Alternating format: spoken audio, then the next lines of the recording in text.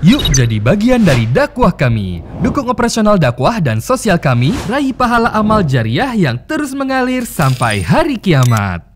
Assalamualaikum warahmatullahi wabarakatuh. Alhamdulillah, wassalatu wassalamu ala rasulillah.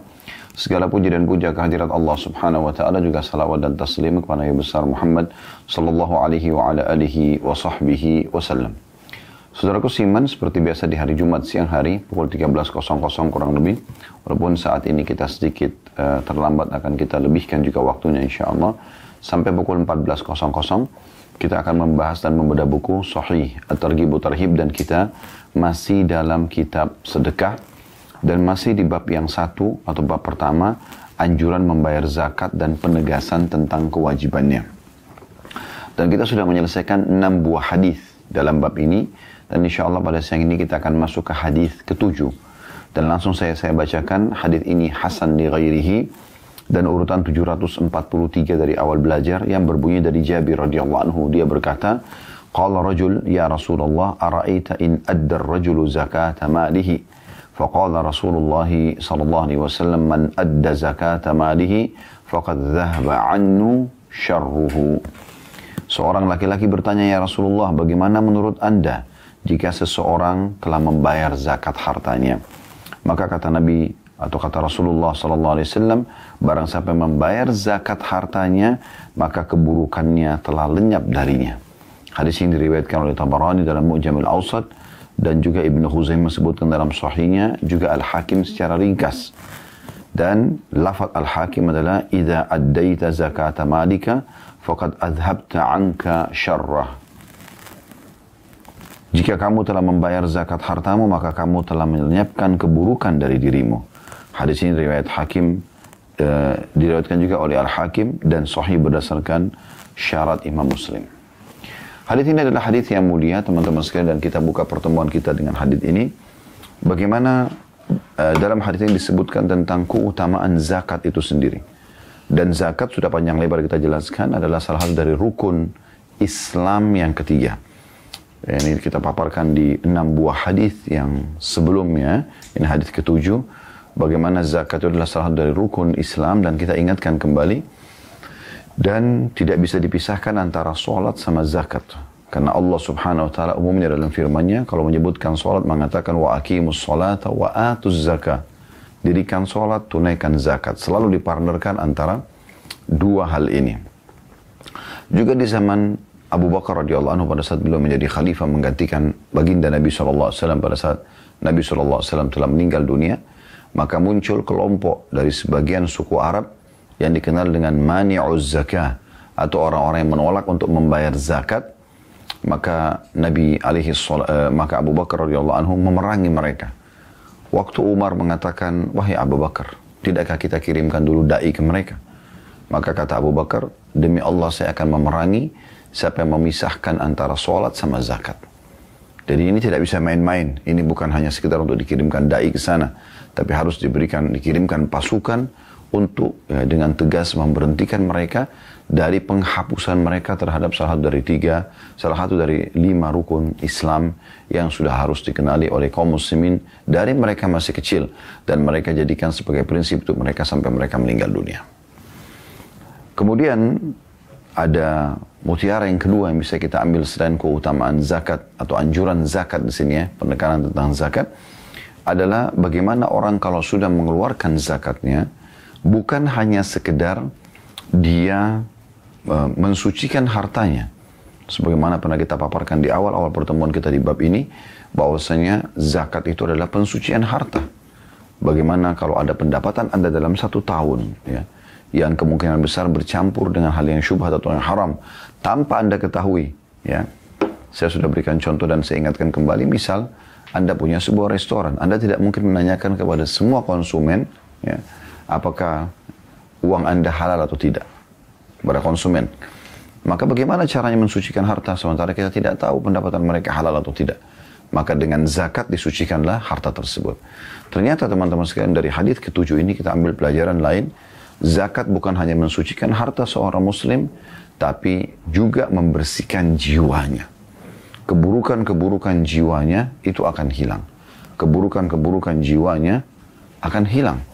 bagaimana seseorang memiliki ya, jiwa, penyakit-penyakit hati yang buruk. Ya. Apapun sifatnya itu, maka masuk dalam kategori sabda Nabi SAW, faqad dhahaba anhu syarruhu. Dia telah menghilangkan seluruh keburukan dirinya. Berarti semua sifat-sifat dan karakter buruk, penyakit-penyakit hati, semua keburukan jiwa akan bersih dengan zakat. Padahal ini dilakukan cuma setahun sekali. Artinya kita harapkan dari hadis ini, sebagaimana disampaikan oleh baginda Nabi SAW, bahwasanya orang yang mengeluarkan zakat hartanya, selain hartanya menjadi suci, jiwanya pun menjadi suci. Jiwanya pun menjadi suci. Jadi dia akan selamat dari segala macam hal-hal yang buruk dari dalam jiwanya. Dan ini sebuah karunia yang luar biasa. Karena untuk menghilangkan satu karakter buruk saja, terkadang seseorang membutuhkan waktu bertahun-tahun. Tapi dengan zakat, maka sudah cukup untuk menghilangkan semuanya, tidak terkecuali dari keburukan jiwa dan penyakit-penyakit hati. Ini hadis yang kita pelajari. Yang pertama adalah hadis ke-7 dalam bab ini, dan sudah kita ambil 2 pelajaran penting dari hadis ini tentang anjuran dan penekanan tentang zakat itu sendiri.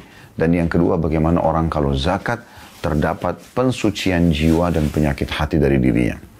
Kita akan masuk hadis ke-8, saudaraku seiman, dengan sanad hasan di ghairi dan urutan 744 dari awal belajar.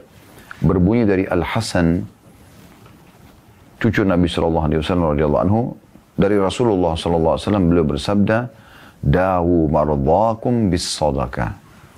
Obatilah orang-orang sakit di antara kalian dengan sedekah. Diriwayatkan Abu Dawud dalam Al-Marasil, dan diriwayatkan pula oleh At-Tabarani, Al-Baihaqi, dan beberapa sahabat yang lain secara marfu dan tersambung. Dan hadits ini dihasankan oleh Syekh Albani. Sebagaimana kita tahu, kitab Sahih At-Targhib At-Tarhib ini ditelusuri kembali hadisnya oleh Al-Albani rahimahullah, apa yang telah ditulis oleh Al-Mundhiri. Hadis ini hadis yang mulia. Sebenarnya hadis ini panjang bagi teman-teman yang pegang kitabnya. Sebelum kalimat atau kata dawu, obatilah, ada titik-titik, berarti ada potongan hadis sebelumnya.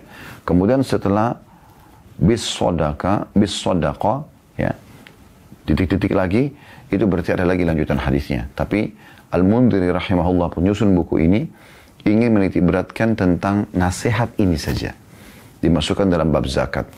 Dan ini hadis yang sangat mulia, potongan hadis yang sangat mulia.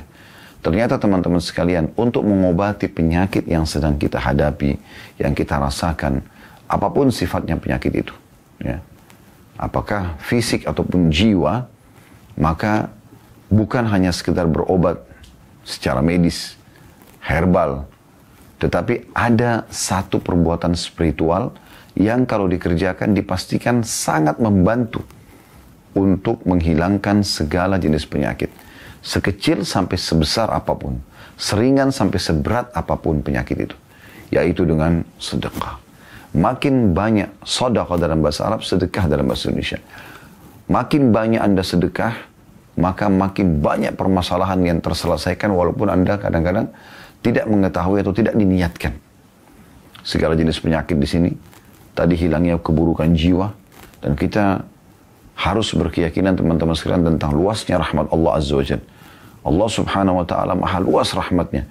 Terkadang kita hanya minta sesuatu yang sedikit, Allah berikan begitu banyak, bahkan hal-hal yang tidak kita minta.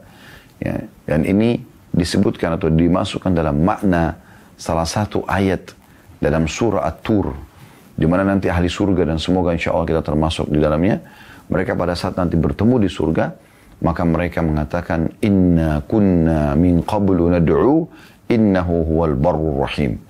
Sesungguhnya setelah masuk surga mereka nikmati semua fasilitas surga, pelayanan-pelayanan yang luar biasa, kenikmatan hidup yang luar biasa. Semua kepenatan dunia bisa hilang dengan masuk dalam surga. Maka mereka mengatakan, sesungguhnya kami dahulu di dunia selalu meminta kepada Allah. Dan sesungguhnya Allah itu punya sifat barur rahim, yang sangat baik dan sangat penyayang. Dari dua sifat ini, Allah Subhanahu wa Ta'ala, sebagian ulama mengatakan, itu memberikan bahkan pada hamba-hamba yang mereka tidak minta apa yang diberikan oleh Allah Subhanahu wa Ta'ala. Yang Allah sebagai pencipta lebih tahu tentang kebutuhan dia. Jadi tidak pernah teman-teman sekalian kita minta satu, Allah kasih kita satu.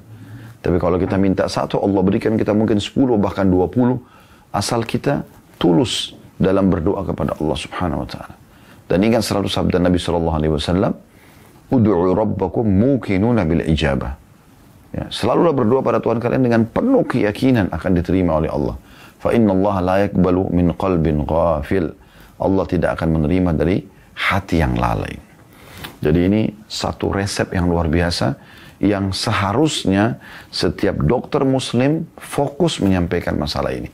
Selain dia coba ya untuk diagnosa penyakit pasiennya dan dia coba menuliskan resep obat sesuai yang dia ketahui, maka dia juga mewasiatkan sebelum pasiennya pulang, coba bersedekah. Coba bersedekah. Ya. Ada seseorang pernah datang kepada Imam Hasan Basri rahimahullah, di mana lututnya luka bernanah sudah 7 tahun dan tidak pernah bisa sembuh. Dia sudah berobat ke tabib, segala macam segala macam obat dari tabib sudah dicoba dan berbagai tabib sudah didatangi, namun juga tidak sembuh. Maka dia bertanya, kira-kira apa solusinya? Maka anjuran beliau adalah coba cari satu lokasi di mana kaum muslimin membutuhkan sumur, sedekahkan dan niat itu untuk penyembuhan lukamu. Maka orang itu tidak pakai tunggu, dia mencari dan Allah mudahkan dia mendapati satu lokasi, kemudian dia pun menggali sumur dan menghibahkan kepada masyarakat setempat. Maka beberapa hari saja setelah dia menggali sumur tersebut, lukanya kering dan sembuh total. Dan berapa banyak orang yang seperti ini. Berapa banyak juga di antara jemaah kami yang memberikan ungkapan-ungkapan sendiri pribadi setelah mengikuti materi-materi tentang keajaiban sedekah. Maka mereka mengatakan, di saat menghadapi permasalahan apapun, maka saya coba hadapi dengan sedekah. Makin besar masalah, makin besar saya sedekahkan. Dan terselesaikan semua permasalahan. Bahkan, bukan hanya sekedar ingin mendapatkan solusi dari permasalahan. Untuk menambah nikmat yang sedang Allah berikan, juga bisa dengan sedekah sebagai tanda syukur kepada Allah. Juga akan menambah nikmat-nikmat tersebut. Ya, jadi, dua sisi, bisa menambah nikmat yang sedang Allah berikan, dan pasti saya katakan tadi tidak mungkin kita minta satu Allah berikan satu, tapi Allah akan berikan banyak sekali. Sisi yang lain bisa menghilangkan mara bahaya dan permasalahan yang sedang kita hadapi. Jadi di dalam hadis ini disebutkan masalah penyakit, tapi bisa saja selain penyakit juga sama. Dinukil dari kisah seorang di Saudi tabrakan, kemudian dia pingsan, tidak sadarkan diri.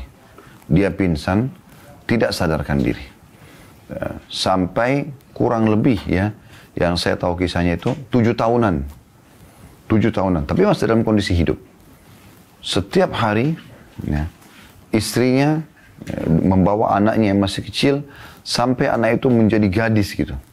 Menjenguk di rumah sakit. Dan tidak pernah putus asa untuk selalu berdoa kepada Allah. Gitu.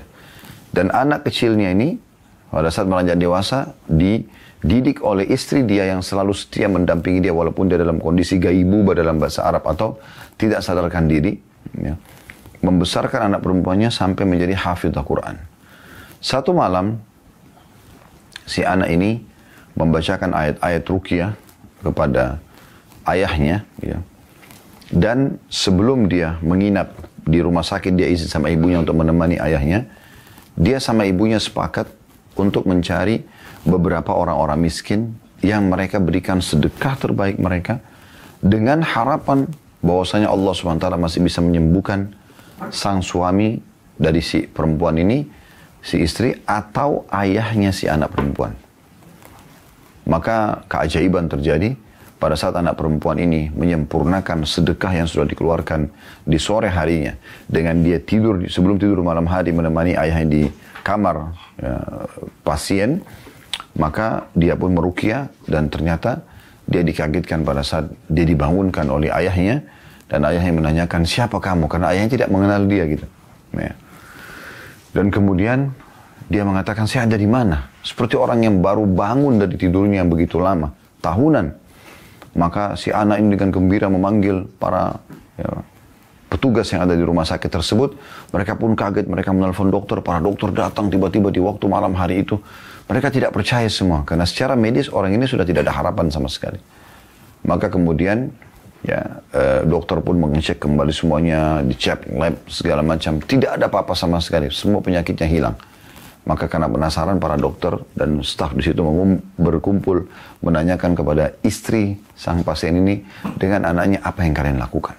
Sungguh ini sebuah keajaiban di alam medis.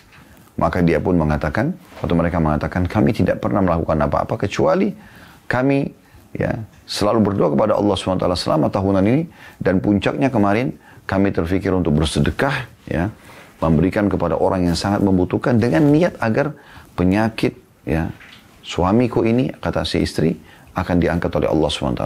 Dikuatkan lagi dengan si anak membaca ayat-ayat ruqyah di malam hari sebelum tidur, maka kuasa Allah SWT Allah berikan itu. Jadi sedekah itu luar biasa memberikan solusi dalam kehidupan kita. Dan usahakan teman-teman sekalian dalam sedekah ini selalu ada peningkatan level. Sebenarnya sih secara umum semua ibadah sama ya. Jadi usahakan selalu kita tingkatkan kualitasnya, itu semua ibadah. Jadi sudah baik menjadi lebih baik, menjadi terbaik, selalu begitu. Dan kalau kita sudah sampai pada yang terbaik, maka kita tinggal istiqomah atau konsisten menjaganya. Jadi kita jaga kualitas-kualitas ibadah tersebut. Jadi kita supaya tidak sama sekali berkurang. Dan secara kuantitas kita tambah bagi ibadah yang boleh ditambah kuantitasnya. Contoh misalnya, ibadah-ibadah sunnah yang tidak ditentukan jumlahnya. Maka Anda boleh misalnya Anda memperbanyak baca salawat kepada Nabi SAW. Kalau ada orang mau baca sampai 1000 kali, maka itu boleh-boleh saja. Karena memang belum ada penentuan jumlah tertentu oleh Nabi SAW. Maka Anda amalkan itu. Ini contoh. Atau Anda sholat malam biasanya cuma 2 rakaat. Sekarang Anda tingkatkan kuantitas secara jumlah menjadi 4, menjadi 6, menjadi 8, menjadi 11 sama witirnya. Dan Anda coba cari dari sekarang yang sudah baik menjadi lebih baik, dan kemudian menjadi yang terbaik, yang sempurna, kemudian Anda konsisten mempertahankan itu sampai Anda meninggal dunia. Maka ini hal yang luar biasa. Nah, kita tarik ini, poin ini kepada sedekah. Sama.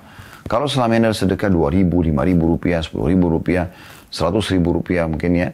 Coba Anda cari angka nilai uang yang belum pernah Anda sedekah. Kalau Anda sedekah dengan niat ikhlas karena Allah Subhanahu wa Ta'ala, dan bisa Anda bertawassul dengan amal saleh. Anda minta kepada Allah SWT agar nikmat dipertahankan, ataupun permasalahan yang akan Anda hadapi atau sedang Anda hadapi diberikan solusi.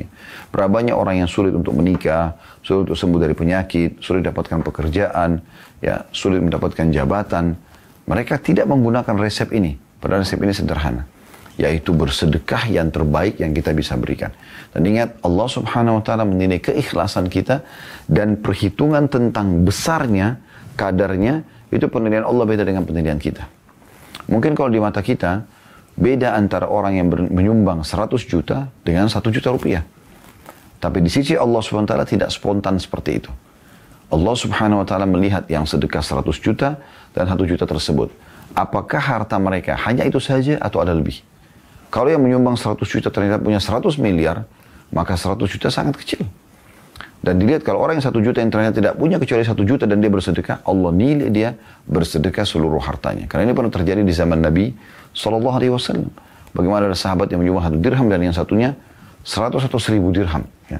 Maka Nabi SAW bertakbir mengatakan, Allahu Akbar, 1 dirham mengalahkan yang 100 atau 1000 dirham ini. Maka kata para sahabat, ya Rasulullah, bagaimana kami memahami ini? Sementara jelas 1 dengan 100 atau 1000 gitu bedanya. Maaf ini saya ragu riwayatnya 100 atau 1000, tapi 1 dirham dengan 100 atau 1000 di sini. Maka Nabi SAW mengatakan yang 1 dirham tidak punya kecuali itu. Sementara yang 100 dirham dia punya lebih banyak daripada itu. Maka Allah menilai di sini yang 1 dirham bersedekah dengan seluruh hartanya. Jadi Anda tidak perlu menjadi kaya raya baru Anda sedekah yang terbaik. Tapi coba berikan yang terbaik karena Allah SWT, maka Allah akan memberikan juga yang terbaik dari penambahan nikmat atau mengangkat bara bahaya yang akan menimpa kita atau sedang kita lalui. Selanjutnya, hadis nomor 9, sahih mauquf. Mauquf sudah sering kita sebutkan sampai ke sahabat saja. Namun ini sanadnya sahih. Urutan 745 dari awal kita belajar berbunyi, dan diriwayatkan juga oleh selainnya, maksudnya selain Ibnu Umar radhiyallahu anhu yang ada dalam Dhaif At-Targhib, maksudnya kitabnya Syekh Albani yang lain, secara mauquf kepada Ibnu Umar radhiyallahu anhu, dan itulah yang sahih. Aku berkata, lafadznya adalah, kullu malin addaita zakatahu wa in kana tahta sab'i aradin falaysa bikanzin wa kullu malin la tuaddi zakatuhu fahuwa kanzun wa in kana zahiran ala wajhil ard. Semua harta yang kamu bayarkan zakatnya, walaupun ia di bawah lapis bumi yang ketujuh, maka ia bukanlah harta yang ditimbun. Dan semua harta yang tidak dibayarkan zakatnya, maka ia adalah harta yang ditimbun walaupun ia nampak di permukaan bumi. Hadis ini diriwayatkan oleh Al-Baihaqi. Dari hadis ini kita ambil pelajaran, atau riwayat ini kita ambil pelajaran teman-teman sekalian, bahwasanya Allah subhanahu wa ta'ala akan menyelamatkan seluruh harta kita dengan kita mengeluarkan zakatnya. Bahkan dalam hadis ini atau riwayat ini diberikan gambaran walaupun harta itu kita timbun di dalam kedalaman 7 lapis bumi, selama kita keluarkan zakatnya, maka dianggap dia bukan harta yang ditimbun yang akan dihisap oleh Allah subhanahu wa ta'ala pada hari kiamat. Tapi kalau Anda tidak mengeluarkan zakatnya, walaupun harta itu nampak di depan mata di atas bumi ini, di gudang-gudang Anda, di rekening-rekening bank Anda, tetap dia dianggap harta yang tertimbun yang akan diminta pertanggungjawaban oleh Allah subhanahu wa ta'ala pada hari kiamat. Dan ini berbahaya sekali. Ya, Allah subhanahu wa ta'ala menyebutkan dalam Al-Quran masalah itu. A'udzu billahi minasyaitonir walladzina yaknizuna adh-dhahaba walladzina yaknizuna adh-dhahaba wal fiddata wa la yunfiquna fi sabilillah fabashshirhum bi'adzabin alim. Maka orang-orang yang tidak menunaikan hak hartanya, ya, mereka menimbun harta tersebut, maka beritahukan kepada mereka berita gembira, berita tentang siksaan yang sangat pedih. Yauma yuhma 'alaiha fi nari jahannam. Pada hari neraka jahannam nanti akan dipanaskan harta tersebut. Fatuqwa biha jibahum wa wujuhum wa dhuhurum hadza ma kanastum bi anfusikum. Maka akan disetrikakan di dahi mereka, di punggung mereka, ya. Dan akan dikatakan kepada mereka, dzuqu ma kuntum taknizun. Rasakanlah pedihnya, ya, apa yang dulu kalian timbun itu. Jadi hadis ini sebenarnya, riwayat ini sejalan dengan firman Allah tadi yang kami sebutkan, ya. Surah nomor 9 ayat 34 sampai 35. Yang bunyinya a'udzubillahi minasyaitonirrajim walladzina yaknizuna adh-dhahaba wal fiddata wa la yunfikuna fi sabilillah fabashshirhum bi'adzabin alim. Dan orang-orang yang menimbun emas mereka dan perak mereka atau harta mereka dan mereka tidak menginfakkan di jalan Allah, maka sampaikan kepada mereka siksa yang pedih. Yauma yuhma 'alaiha fi nari jahannam fatuqwa biha jibahum wa junubuhum wa dhuhuruhum hadza ma kanaztum li anfusikum fadzuqu ma kuntum taknizun. Maka pada hari itu akan dipanaskan, ya, harta-harta tersebut di neraka jahannam, maka akan disetrikakan ke, ya, dahi-dahi mereka, ya, ke punggung-punggung mereka, ya, ke lambung-lambung mereka, ke punggung-punggung mereka, dan akan dikatakan kepada mereka, rasakanlah apa yang kalian timbun itu untuk diri mereka atau untuk diri kalian, dan rasakanlah apa yang kalian timbun untuk diri kalian, maka rasakan siksa ini, ya. Atau kurang lebih dari ini, harta bendamu yang kamu simpan untuk dirimu sendiri, maka rasakanlah akibat dari apa yang kamu simpan itu. Apa yang kamu simpan itu. Dan dalam sebuah riwayat, diriwayatkan oleh Al-Hakim, menguatkan masalah ini, bahwasanya ada seorang sahabat, Ummu Salamah, istri Nabi SAW, ia pernah bertanya kepada Nabi SAW, mengatakan, fasa'altu an dzalikan Nabi SAW, faqalat akanzun hu? Faqala idza addaita zakatahu falaysa bikanz. Ya. Ummu Salamah pernah menanyakan tentang masalah harta, berbagai macam perhiasan emas yang dikenakan gitu. Jadi beliau pakai gelang, pakai cincin, ataupun umumnya wanita biasa pakai ini, ya. Maka kata Ummu Salamah, apakah ini harta yang ditimbun? Masuk dalam firman Allah SWT tadi. Maka kata Nabi SAW, bukan selama engkau menunaikan zakatnya. Jadi memang di sini permasalahan adalah masalah zakat di sini, ya. Dan dari sini juga keluar tadi, ya, apa yang disampaikan oleh Ibnu Umar radhiyallahu anhuma, ya. Kullu ma addaita zakata wa in kana tahta sab'a aradin falaysa bikanzin wa kullu ma la tuaddi zakatu fa huwa kanzun wa in kana zahiran ala wajhil ard. Setiap harta yang ditunaikan zakatnya walaupun disimpan di bumi lapis ketujuh bukanlah disebut menimbun harta, dan yang tidak ditunaikan zakatnya maka akan disebut menimbun walaupun ada di permukaan. Jadi ini peringatan-peringatan yang sangat luar biasa, dan juga dalam riwayat lain diingatkan dari jalur Jabir bin Abdullah radhiyallahu anhuma, dia mengatakan, kata Nabi SAW, "Idza akhrajta sadaqa min malika faqad adhabta anhu syarruhu wa laysa bikanz." Apabila engkau menunaikan zakat hartamu, berarti engkau telah menghilangkan keburukan harta itu, dan bukan dinilai menyimpan harta yang dilarang. Menyimpan harta yang dilarang, ya. Jadi ini makna daripada hadis ke-9. Dan kita akan masuk hadis ke-10, teman-teman sekalian, dengan sanad sahih di ghairihi, urutan 746 dari awal kita belajar, yang berbunyi dari Samura radhiyallahu anhu, dia berkata, Rasulullah sallallahu alaihi wasallam bersabda, "Aqimus shalah wa atuz zakah wa hajju wa'tamiru wastaqimu yustaqam bikum." Sebelum saya baca terjemahnya, ini resep untuk semua urusan kita dimudahkan. Saya ulangi lagi, hadis ini adalah resep untuk semua urusan kita tidak terkecuali, kecil ataupun besar, ya sulit ataupun mudah, Allah SWT berkahi dan Allah mudahkan. Terjemahannya adalah, dirikanlah sholat, selalu jaga, terutama sholat wajib 5 waktu, jaga ya kualitasnya, yang masuk dalamnya adalah waktu, wudunya, ya semua gerakan dan bacaan dijaga sehusyuk mungkin. Kemudian bayarlah zakat, ini saksi bahasan kita, selalu perhatikan masa haul 1 tahunnya, dan kemudian berapa jumlah harus dikeluarkan dan dihabiskan di masa haul itu. Jadi betul-betul tepat waktu. Kemudian yang ketiga, berhajilah. Yang keempat, berumrahlah. Ini satu paket. Dari haji ke haji, dari umrah ke umrah. Dan beristiqamalah. Mengerjakan semua perintah, meninggalkan larangan. Niscaya urusan kalian akan diluruskan atau dimudahkan. Jadi amalan-amalan ini disebutkan oleh Nabi SAW akan yustaqam bikum. Akan memudahkan semua urusan kalian. Tidak terkecuali.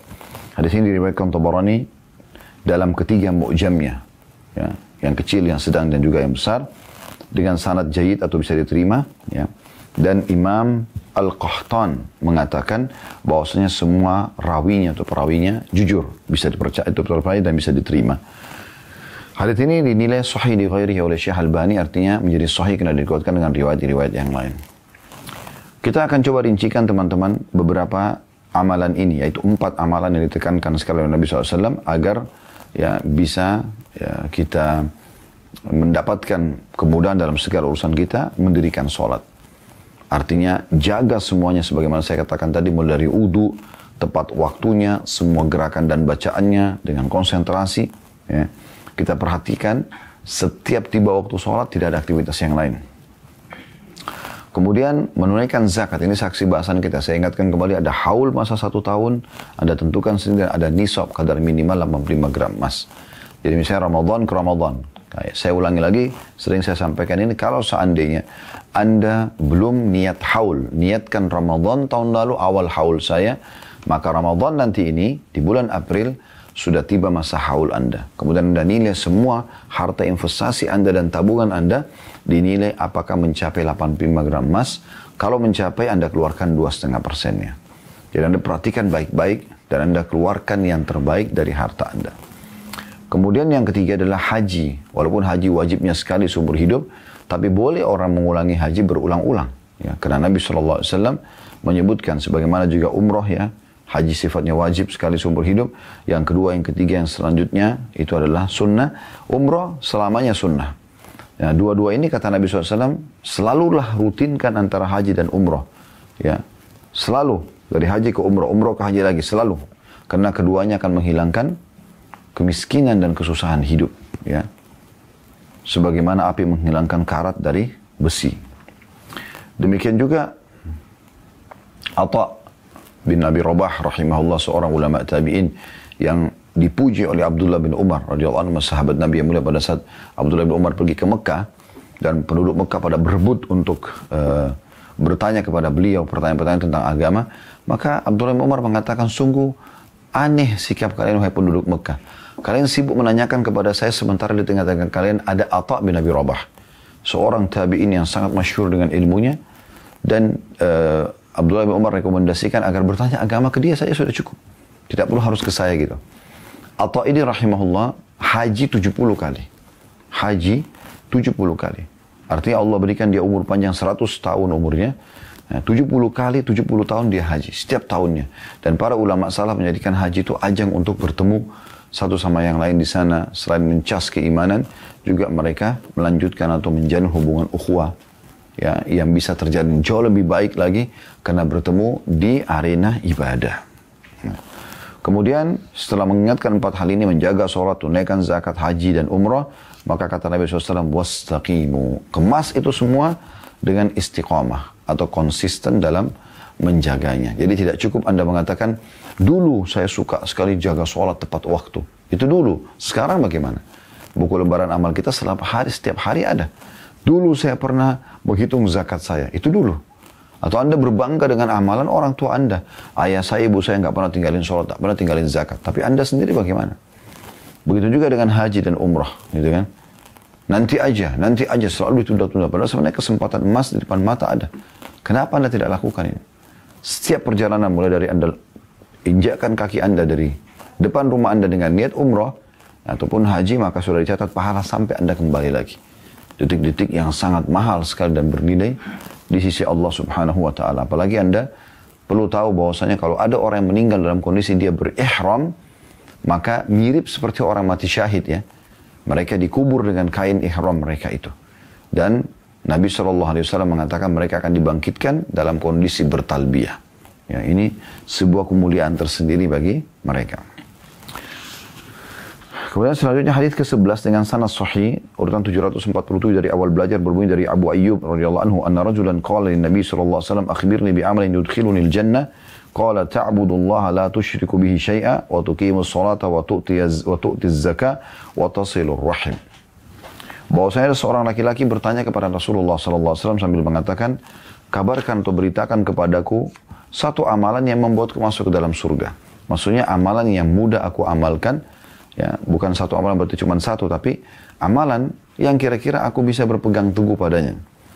Kata Nabi SAW, ibadahlah kepada Allah dan tidak menyekutukannya dengan sesuatu apapun. Lalu dirikanlah sholat, bayarlah zakat, dan jalinlah hubungan silaturahim. Hadis ini diriwayatkan oleh Bukhari dan Muslim.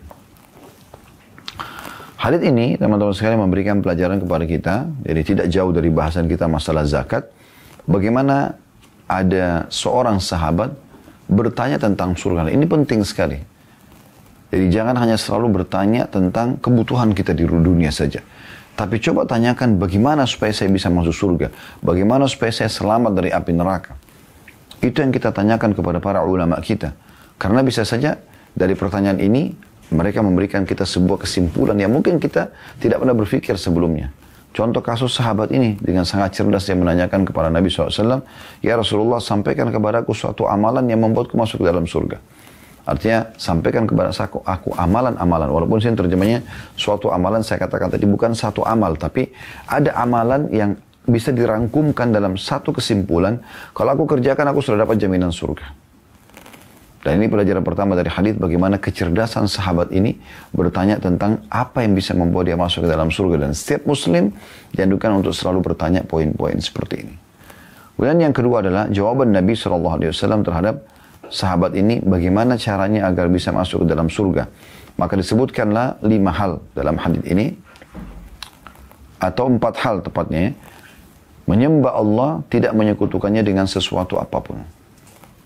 Mengikuti semua perintah Allah Subhanahu wa taala, meninggalkan larangannya tanpa syirik, tanpa menyekutukan Allah dengan sesuatu apapun. Kemudian yang kedua, mendirikan sholat. Yang ketiga, saksi bahasan kita membayar zakat. Dan yang terakhir, menjalin hubungan silaturahim. Keempat hal ini kalau dilakukan, maka engkau akan mendapatkan jaminan surga. Tentu poin pertama tidak penting penting sekali untuk diketahui bagaimana beribadah kepada Allah tidak boleh syirik. Tidak boleh kita memperkenalkan Allah dengan makhluknya. Ingatlah Abu Jahal, Abu Lahab di Mekah itu tahu kalau Ka'bah itu adalah rumah Allah, tahu kalau ibadah haji adalah diperintahkan untuk Allah, Mereka bahkan menggunakan sebagian nama-nama Allah, gitu ya. Termasuk pada saat mereka menulis surat pemboikotan, ya, untuk Nabi SAW di Ka'bah, itu menyebutkan tentang masalah, ada disebutkan di situ bagian daripada potongan nama Allah, ya, Bismillah dengan nama Allah. Tapi kesalahan mereka syirik. Mereka datangkan patung-patung yang mereka partnerkan dengan Allah. Sambil mereka sembelih untuk Allah, mereka juga sembelih untuk patung tersebut. Mereka berdoa kepada Allah, mereka berdoa juga melalui patung tersebut. Sementara Allah tidak butuh perantara, apalagi benda mati. Jimat, patung. Dan selain daripada Allah SWT, tidak boleh sama sekali kita partnerkan Allah. Cukuplah hadits Bukhari yang berbunyi, Nabi SAW bersabda, Allah berfirman, Ana agna syuraka ani syirk. Man asyraka ma'iyya ghairi taraktu wa syirku. Ya, artinya, aku adalah orang yang paling berlepas diri dengan sekutu-sekutu. Allah tidak butuh dengan mereka. Siapa yang menyekutukanku dengan sesuatu apapun, maka aku akan biarkan dia dengan sekutunya itu. Jadi Allah tidak butuh partner. Kita langsung berhubungan dengan Allah Subhanahu wa ta'ala. Dan yang kedua, mendirikan sholat, sudah kita jelaskan tadi. Menjaga wudunya, ya, waktunya, kemudian gerakan dan bacaannya yang tepat. Jangan konsentrasi. Kemudian yang ketiga, membayar zakat. Sudah kita jelaskan juga tadi, ada haul 1 tahun dan juga ada nisab minimal 85 gram emas, lalu dikeluarkan 2,5%. Dan yang terakhir yang belum kita jelaskan adalah menjalin hubungan silaturahim. Artinya sejauh apapun hubungan kekerabatan kita, maka tetap kita usahakan menjalin hubungan dengan mereka. Dan ini sering kami sampaikan teman-teman sekalian, di Indonesia jarang sekali ada orang yang mau mengetahui tentang jalur nasabnya. Coba pelajari jalur nasab itu. Ya, siapa nama kakek kita menikah sama siapa saja, nenek kita menikah sama siapa saja, berapa saudara mereka, ayah daripada kakek atau kakek daripada kakek, ya, ayah daripada nenek atau nenek atau kakek daripada nenek sendiri. Jadi minimal beberapa jalur ke atas, karena jangan sampai nanti Anda sekantor atau partner bisnis atau bertetangga, ya, dengan kerabat Anda sendiri. Dengan kerabat Anda sendiri. Sebenarnya penting sekali, kata Nabi SAW, telusuri jalur nasab kalian ke atas, maka itu lebih memudahkan kalian untuk silaturahim. Kenapa ada sahabat membawa sekantong uang dirham, dan dia mengatakan, ya Rasulullah, saya mau sedekah. Ada 2 orang targetnya, yang satu punya hubungan kekerabatan, yang satu tidak ada hubungan kekerabatan. Kata Nabi SAW, kalau kau bantu yang punya hubungan kekerabatan denganmu, maka engkau akan mendapatkan 2 pahala. Pahala sedekah dan pahala kekerabatannya. Selanjutnya kita tutup teman-teman sekalian dengan 2 buah hadis insyaallah. Hadis ke-12, ya, dengan sanad sahih urutan 748, dan akan kita selesaikan dengan hadis ke-13 urutan 749 insyaallah.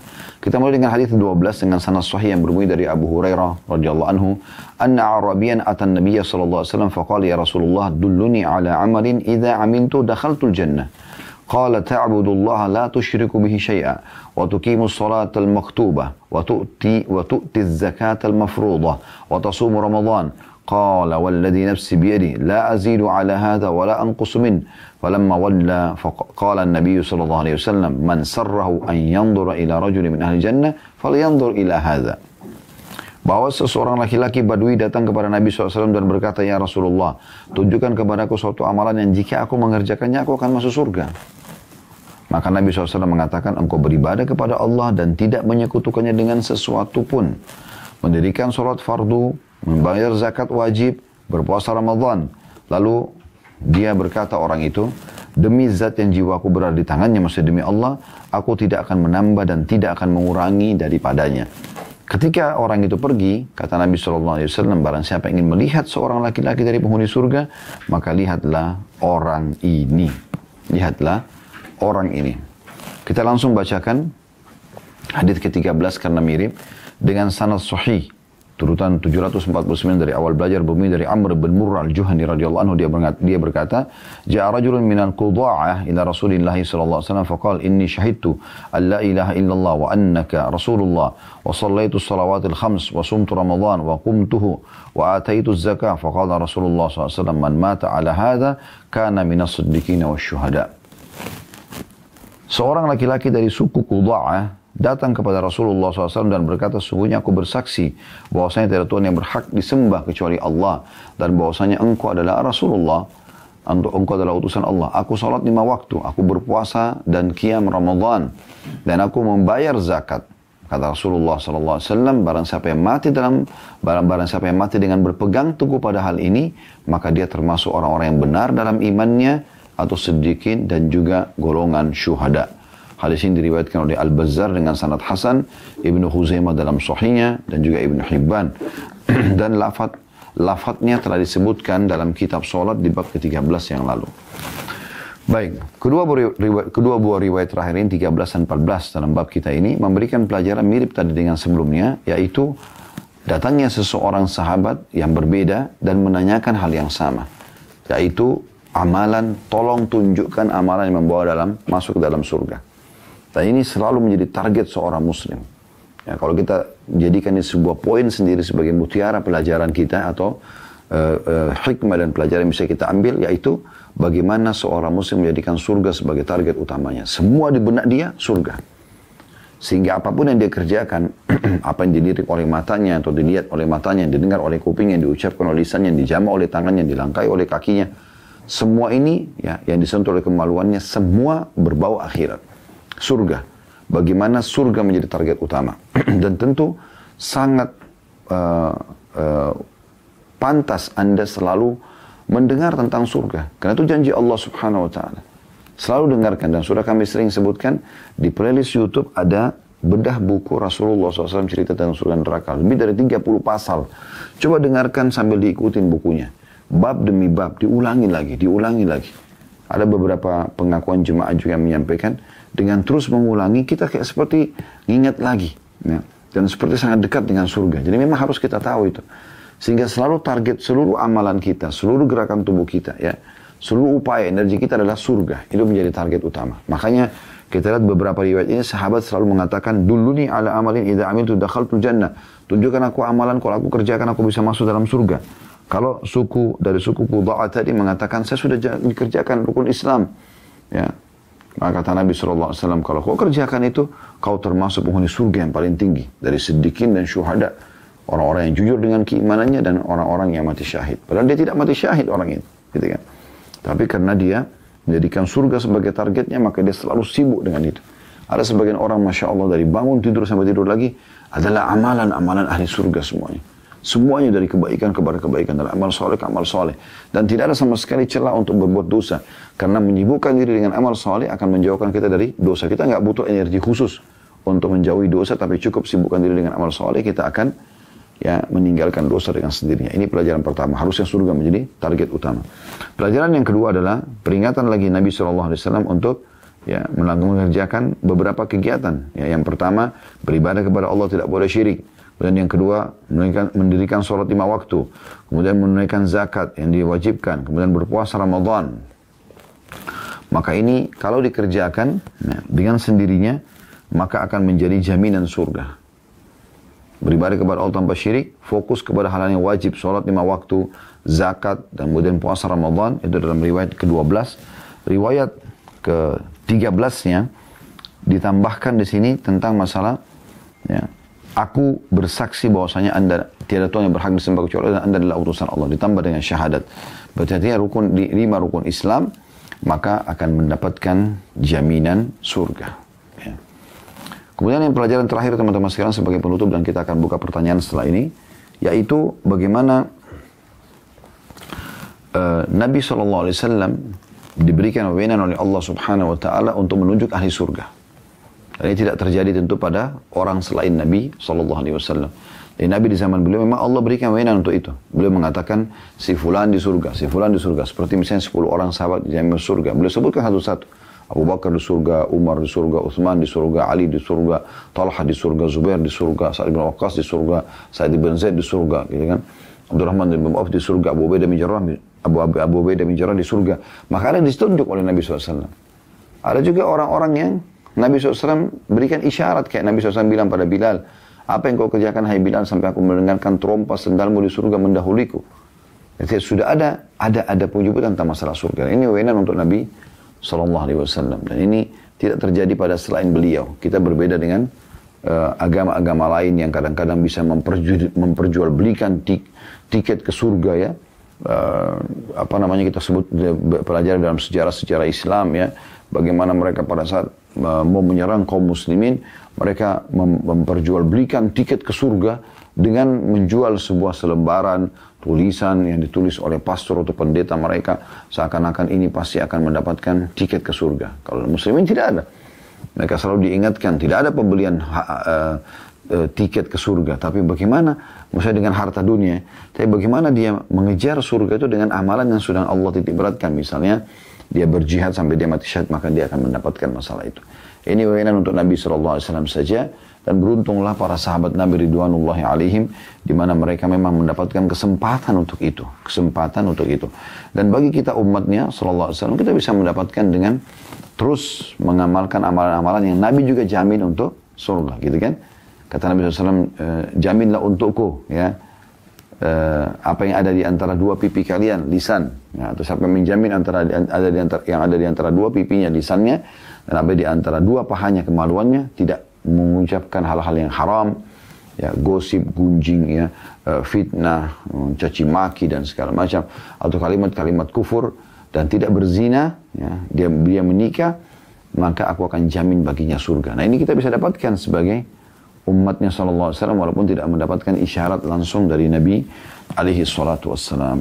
Hadis ke-14 saya lanjutkan, sahih li ghairihi, urutan 750 dari awal belajar, dari Abdullah bin Muawiyah al-Ghadiri radhiyallahu anhu, dia berkata, Rasulullah SAW bersabda, "Thalathun man fa'alahunna faqad ta'ima ta'mal iman, man 'abada Allah wahdahu wa 'alima anna la ilaha illallah wa a'ta zakata malihi tayyibatan biha nafsuhu rafidatan 'alayhi kulla 'am wa lam yu'til harimah ولا الدرنة ولا المريضة ولا الشرة اللائمة ولكن من وسط أموالكم فإن الله لم يسألكم خيره ولم يأمركم بشره."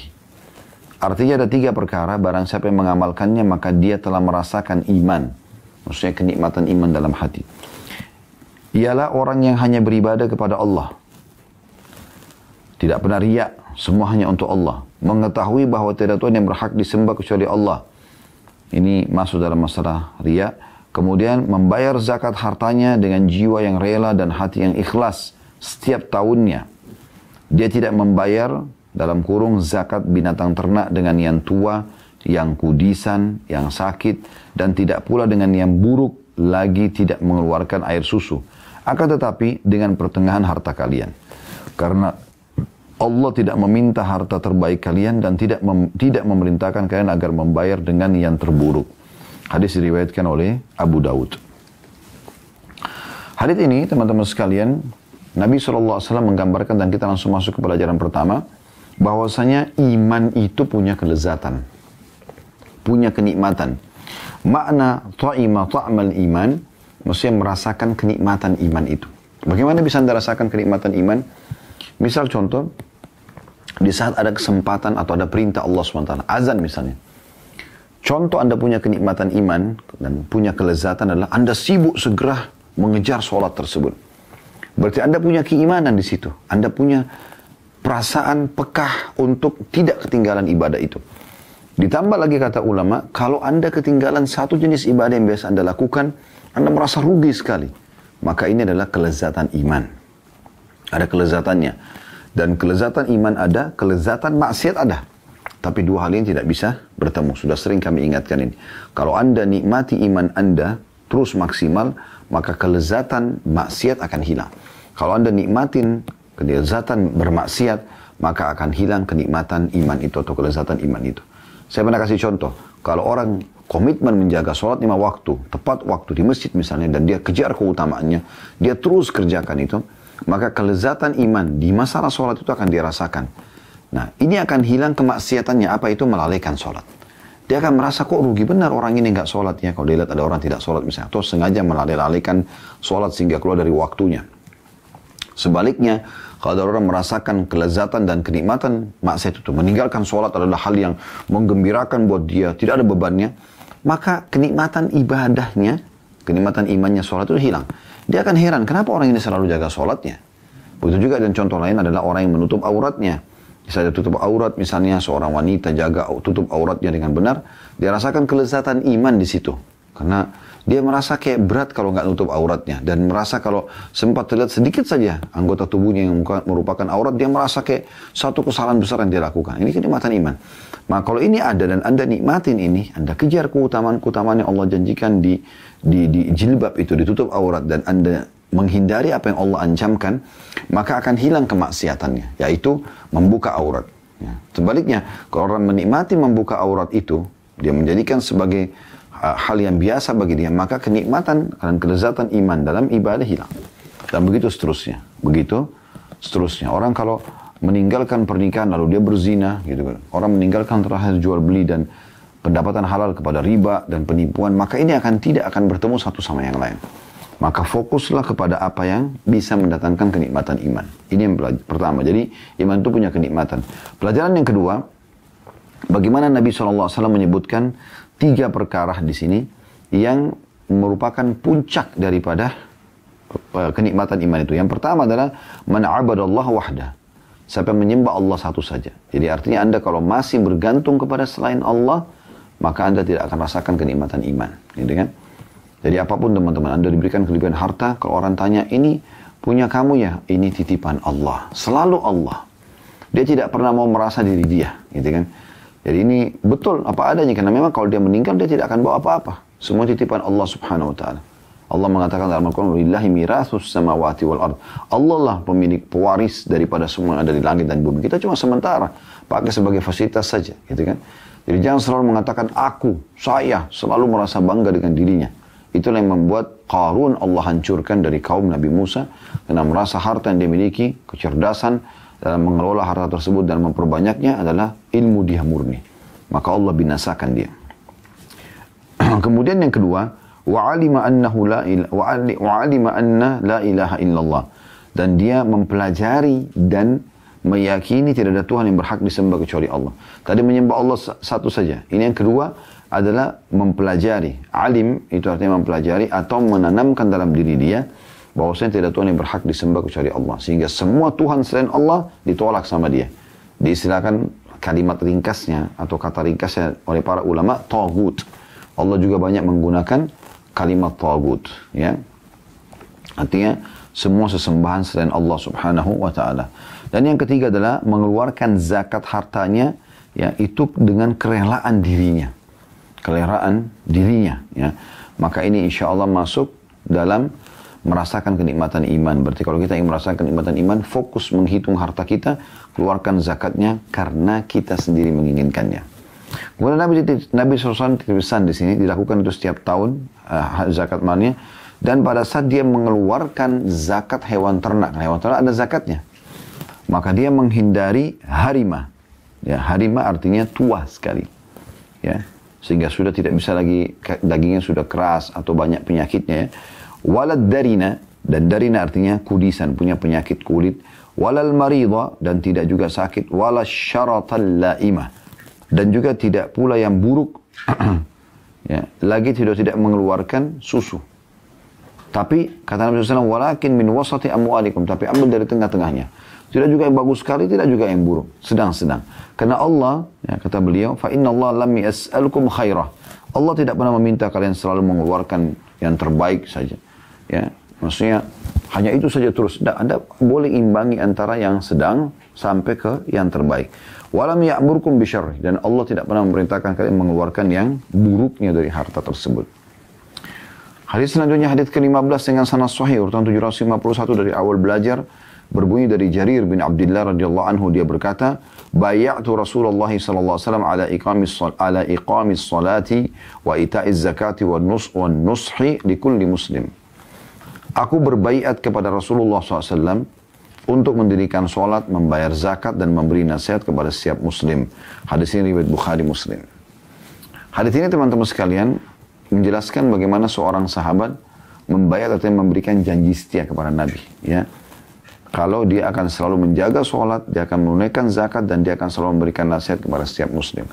Di sini pelajaran yang kita tambahkan adalah potongan akhir hadis, wan nushi likulli muslim, dan memberikan nasihat kepada setiap muslim. Karena solat dan zakat sudah dari tadi kita sebutkan berulang kali tentang faedah-faedahnya.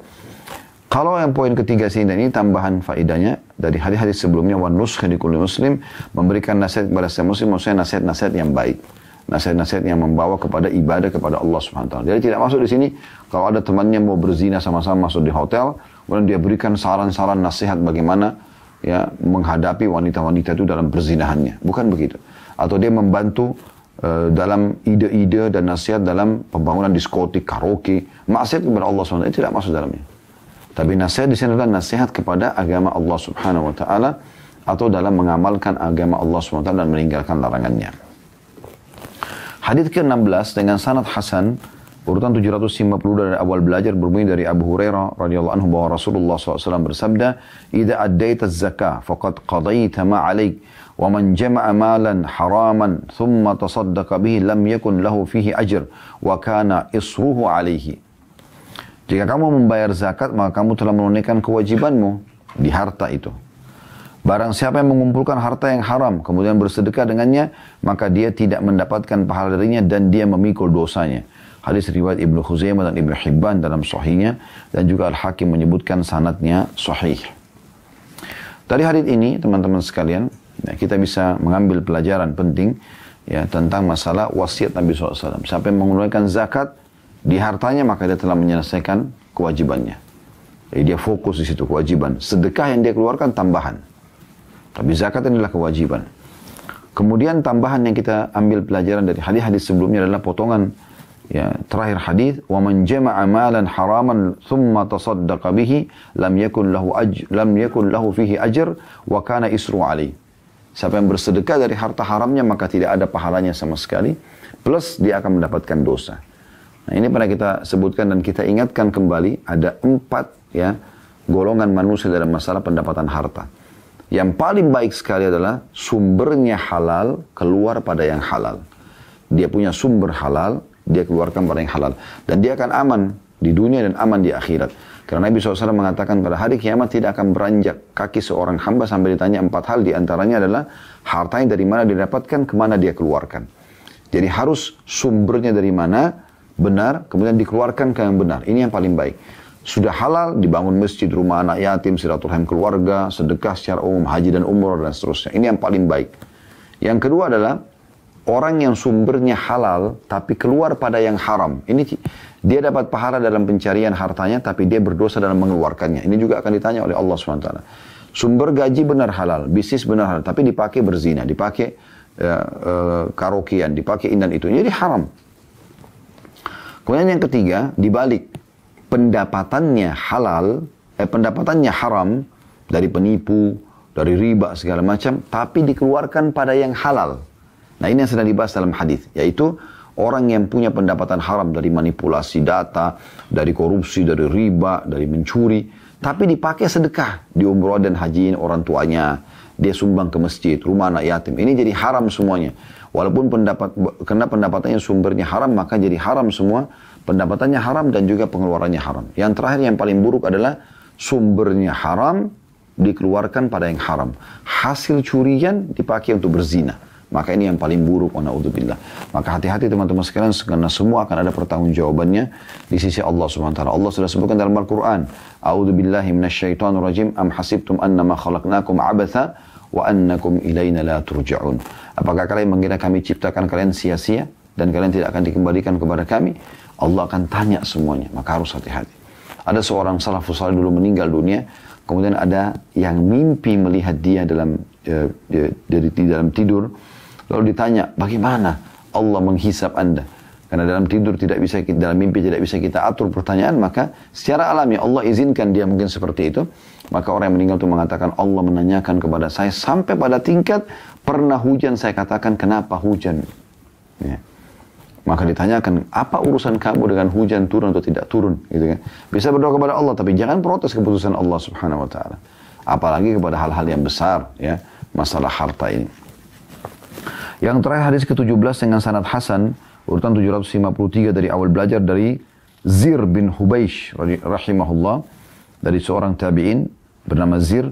Dia mengatakan, anna ibn Mas'udin radhiyallahu anhu kana indahu gulamun yakra'u fil mushaf wa indahu ashabuhu faja'a rajulun yuqalu lahu Hadramah Faqala ya Aba Abdurrahman, ayyu darajatil islami afdal? Qala as-salah, qala thumma ay, qala az-zakah. Wa Ibnu Mas'ud radhiyallahu anhu berada di sisi pelayannya yang sedang membaca mushaf atau Al-Quran, sementara dia juga bersama teman-temannya. Kemudian ada seorang laki-laki yang biasa dipanggil dengan Hadramah datang. Dia berkata, wahai Abu Abdurrahman, ini julukannya Abu Abdullah bin Mas'ud radhiyallahu anhu. Anaknya yang pertama namanya Abdurrahman, dipanggil Abu Abdurrahman. Wahai Abu Abdurrahman, derajat apa dalam Islam yang paling utama? Yang paling tinggi sekali. Maka Abdullah bin Mas'ud menjawab, salat. Lalu orang itu bertanya lagi, lalu apa? Lalu Abdullah bin Mas'ud mengatakan, zakat. Hadis ini diriwayatkan oleh Tabarani dalam Mu'jamul Kabir dengan sanad yang tidak mengapa atau la ba'sa bihi. Dan hadis ini sebagaimana sudah kita bilang dihasankan oleh Syekh Albani setelah menyusuri ya jalur-jalur daripada hadis-hadis ini. Dari riwayat ini kita ambil pelajaran bagaimana kedudukan zakat datang langsung setelah sholat, dan dia tentunya memiliki kedudukan yang sangat tinggi dalam Islam. Dan sudah kita singgung tadi bagaimana Abu Bakar radhiyallahu anhu sampai memerangi ya, orang-orang yang menolak untuk membayar zakat, dan beliau mengatakan, aku akan memerangi orang-orang yang membedakan antara sholat sama zakat karena tingginya derajat zakat itu dalam Islam. Allahu a'lam.